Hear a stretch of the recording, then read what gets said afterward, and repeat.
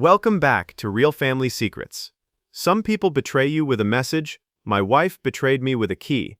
I was 3 states away, on a work trip, when my neighbor sent me a video from his security camera. It showed a man I had never seen before walking up to my front door. He did not knock. He unlocked it. My name is Ethan Walker. That house was supposed to be the safest place in the world for my children. Instead, it became the place where I learned my wife had given someone else access to our life. Hannah and I had been married for 13 years. We met at a neighborhood volunteer cleanup when we were both in our 20s. I was trying to carry too many trash bags at once. She watched one split open across the sidewalk. "You know," she said, "there is a reason people make multiple trips. I work in construction. We believe one trip is always enough. That explains a lot." She stayed to help me clean up the mess. A year later, we moved into our first apartment together. 8 years after that, I built our house. Not alone, of course. I owned a small residential construction company, and I had a crew I trusted. But I drew the first plans at our kitchen table. Hannah chose the windows in the living room, the light fixtures over the island, the pale green paint in our daughter's room. I built the shelves in our son's bedroom with my own hands. We did not buy that house as a finished dream. We made it one. Our daughter Sophie was 10. Our son Noah was 7. They filled every room with school projects, shoes near the door, half-finished drawings, backpacks, and the kind of noise parents complain about until the house becomes too quiet. I thought I was building them a stable future. I did not know Hannah was preparing to give pieces of it away. The week everything changed, I was in Nashville for a construction conference. It was not exciting. Meetings, supplier presentations, hotel coffee, and long dinners with people who wanted to discuss lumber prices. Hannah had told me she would be home with the children. Sophie has tutoring on Tuesday, Noah has soccer Wednesday, nothing dramatic. "I'll be back Thursday night. We'll miss you." I believed her. On Wednesday afternoon, I was sitting in a conference room when my phone buzzed. The message came from our neighbor, Daniel Ruiz. "Hey Ethan, is this guy supposed to be at your house?" Under the text was a video. I pressed play. The footage was grainy but clear enough. A dark SUV pulled up in front of my house. A man in a gray jacket stepped out, looked toward the street, and walked to the front door. Then he took a key from his pocket. He unlocked my door, and he walked inside. I watched it 3 times. The timestamp was in the corner. 2:16 p.m., 1 minute earlier. My first thought was that it had to be a contractor. But I knew every contractor who had access to my house. I also knew none of them would arrive in a polished SUV wearing a jacket that looked more appropriate for a property showing than a job site. I called Hannah. "Hey, is everything okay? Are you home?" "Yes. Why? Is anyone else there?" There was a pause. "No." "No one?" "No, Ethan, I'm alone." I looked at the video again. "Do you know a man named Grant Holloway?" This time, the silence was longer. "Why are you asking?" "Because he just used a key to walk into our house." Hannah inhaled sharply. "That video must be old. It was filmed 1 minute ago. Daniel's camera is wrong. The children are at school. You said you were alone." Hannah did not answer. "I'll call you later." Then I ended the call. Not because I had nothing to say, because I had too much to say, and none of it belonged in a hotel hallway 3 states away. I sat through the rest of the conference without hearing a word. People spoke about permits, energy-efficient materials, and market forecasts. I heard only the sound of a key turning in my front door. The house had a key system managed through my company. That was common for our projects. We used a certified locksmith who created documented duplicates for project managers, approved contractors, and emergency access. Hannah knew the process. She had helped me organize it when we moved in. I called my office manager, Maya. "I need you to pull the key duplication records for our home. Is something wrong?" "I don't know yet. Please do not discuss it with anyone." Of course. 20 minutes later, Maya called back. "There was a duplicate request 6 months ago." My chest tightened. "Who authorized it?" "Hannah." "What was the stated reason?" "She said it was for a real estate consultant helping you prepare for a potential sale." A real estate consultant. Grant Holloway was a realtor. Hannah and I had been considering selling the house. My business had grown. The children were getting older. Hannah had talked about moving closer to the city. "Maybe we need less house and more life," she had said. I thought she meant restaurants, museums, shorter commutes, a new beginning for all of us. I did not know she might have meant a future where I was no longer part of the plan. I took the first flight home the next morning. I did not tell Hannah. I wanted to see my children before I had another conversation with her. When I arrived, Sophie and Noah were at school. Hannah's car was in the driveway. I stood outside the house for a moment. The same front porch I had built. The same door I had stained by hand. The same brass handle Noah polished every December because he liked making it shiny for Christmas. A stranger had walked through that door with a key. Hannah was in the kitchen. She looked shocked when she saw me. "You're home." "Yes." She looked toward the front door. "Why didn't you tell me?" "You have had enough warning." I put my suitcase down and placed my phone on the kitchen island. "Who is Grant Holloway to you?" Hannah looked down. "He's the realtor. That is his job. Who is he to you?" She started to cry. "We've been seeing each other." I nodded once. "How long?" 8 months. 8 months. 8 months of open houses. 8 months of conversations about listing prices. 8 months of her telling me Grant understood the market. 8 months of him walking through my home and pretending he was there to help my family. How many times has he used that key? Not when the kids were home. That is not what I asked. I don't know. I looked toward the hallway. Sophie's school photos hung on the wall. Noah's drawings covered the refrigerator. This house was not a meeting place. I know. No. You know now that I know. I never wanted the children to be hurt. Then you should not have brought a secret into the one place they trusted most. I knew him. I did not ask Hannah to leave that afternoon. I had spoken to an attorney during my flight home. Her name was Naomi Reed. Do not make unilateral decisions about the home or the children in the first hours after discovery, she told me. Document what you know, focus on safety, preserve records, and keep the children out of adult conflict. That was what I intended to do. The children will come home in 2 hours, I told Hannah. We will not argue in front of them. Okay. You will not bring Grant here again. I won't. And you will give me every copy of the key you know about. She hesitated. Every copy. Okay. She gave me one spare key from the kitchen drawer. I knew it was not enough, but I did not need her cooperation to secure the house. That evening, Sophie came home excited about a science project. Dad, you're back early. I missed you. We missed you too. Noah ran into me so hard that he nearly knocked my suitcase over. Did you bring me anything? That is your first question? Yes. I gave him a small guitar pick from the conference gift shop. He held it like it was treasure. And I understood again why I could not turn the next few weeks into a war. My children deserved adults who protected their world, even if we could no longer protect the marriage inside it.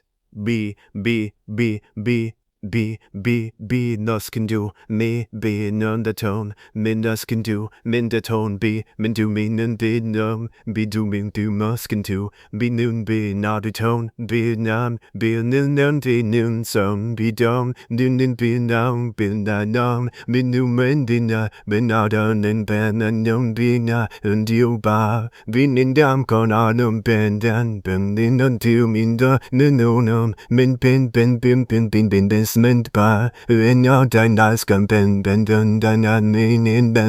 Grant, this is Ethan Walker. He knew immediately. Ethan, you have access to my home through a key Hannah arranged. I'm sorry. Do you still have a copy? He did not answer. I'll ask once more.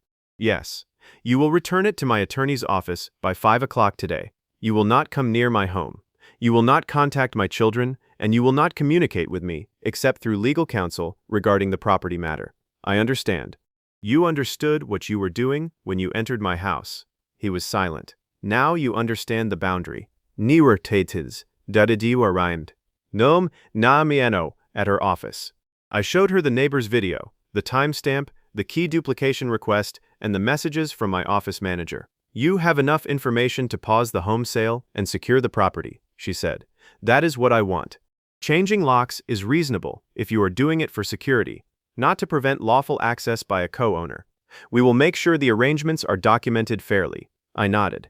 I don't want to punish Hannah. Then don't. Protect your children and your home while the legal questions are resolved. The difference mattered. I was not changing the locks to trap Hannah outside. I was changing them because someone outside our family had been given access without my knowledge. 3 days later, Hannah and I had a scheduled meeting with Grant about selling the house. It had been arranged weeks before. Normally, we would have discussed comparable sales, staging, and what repairs might increase the listing price. This time, the meeting was different. Grant arrived at my house wearing a navy blazer and carrying a folder. He looked uncomfortable. Good. Hannah sat at the dining table across from me. The children were at my sister's house. They would not be anywhere near this conversation. I know this is an unusual situation, Grant began. It is. I placed Naomi's letter on the table. The sale is canceled. Grant looked at Hannah. Ethan, we can still discuss options. No. I will not sell this home while my attorney determines who had access to this property, how that access was obtained, and whether any decisions around the sale were influenced by a personal relationship that was concealed from me. Hannah's face turned pale. You're making this public. No, I am making it documented. There is a difference. Grant closed his folder. I never intended to hurt your children. Then you should not have entered their home with a secret key. No one said anything for several seconds. Then I stood. This meeting is over. That afternoon, a locksmith came to the house. Sophie watched from the living room window. Dad, why is he changing the lock? I had prepared for that question. Because every house needs to be secure. Was it not secure? I looked at her. It is now. She nodded. Good. Noah came over with a small screwdriver from his toy tool set. Can I help? The locksmith smiled. You can be the safety inspector. Okay. Noah checked every door after the new locks were installed. This one works. This one works too. I watched him, and for the first time since Daniel sent me that video, I felt my breathing slow down. Hannah moved into a nearby apartment 2 weeks later. We worked out a temporary parenting schedule through our attorneys. The children would have stability, school routines, time with both parents, and no adult details forced onto them. I did not tell Sophie and Noah about Grant. They did not need that burden. They only needed to know that both parents loved them, and that the changes were not their fault. Hannah asked whether we could go to counseling. Maybe we can figure out what happened. I thought about it. I know what happened. You gave another man a key to our home. I made a mistake. A mistake is losing a key. You made a choice, then you repeated it. She had no answer. The divorce took time. Legal processes are rarely as dramatic as people imagine. There were calendars, financial statements, appraisals, conversations about parenting schedules and school holidays. I kept returning to the same idea. My children needed a stable home more than I needed a dramatic ending. We did not sell the house that year. Sophie stayed in her school. Noah stayed on his soccer team. Their rooms stayed the same. Their world had changed enough already. One Saturday morning, almost a year later, I was fixing a loose cabinet hinge in the kitchen. Sunlight came through the windows Hannah had chosen. Noah was building a tower from cereal boxes. Sophie was doing homework at the island. Dad? Yeah? Why do you always check the doors at night? I looked toward the front entry. The new lock caught the morning light. Because it helps me know everyone inside is safe. Sophie nodded. We are safe. I smiled. Yes, we are. I used to think a home was made from lumber, brick, wiring, and paint. I was wrong. A home is made from trust. And when someone breaks that trust, you do not repair it by pretending the door was never opened. Hannah gave her lover a key to the house I built for our children, but she did not take the house from me. She taught me that safety is not something you assume. It is something you protect. And changing the locks was not revenge. It was the first step toward making our home feel like home again. If this story moved you, subscribe for more stories about betrayal, boundaries, family, and rebuilding a peaceful life after the truth comes out. And tell us in the comments, would you confront your spouse immediately after seeing the video, or make a legal plan before saying a word?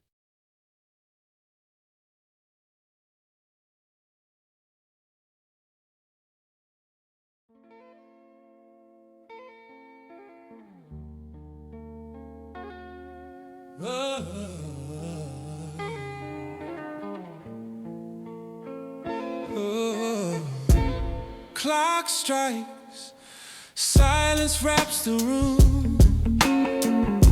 A gentle breath, memories bloom. In corners where laughter used to spill, you linger here, you always will. Yeah. Curtains drawn, the sunlight spills on me, tracing lines you left in quiet honesty. Words unspoken, pressed in dust and air.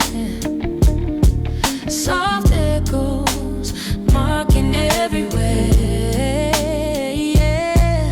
be steady in the hush you made. Caught between retreat and the parade, I find myself replaying every scene, every little whisper in between. You are the thunder in a sunlit haze, the taste of coffee at the break of day. Still I wear your favorite jacket, walk familiar alleys, looking for laughter we used to chase.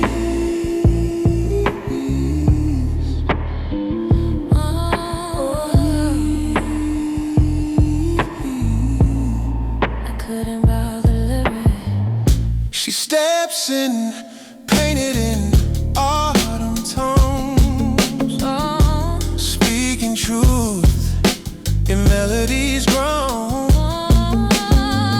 Her words a shelter from the gentle rain. Wishing I could go back there again. We made mistakes, tied up in time, but every fall felt worth the climb. When comfort wore your cologne and smile, a moment's warmth that stays a while.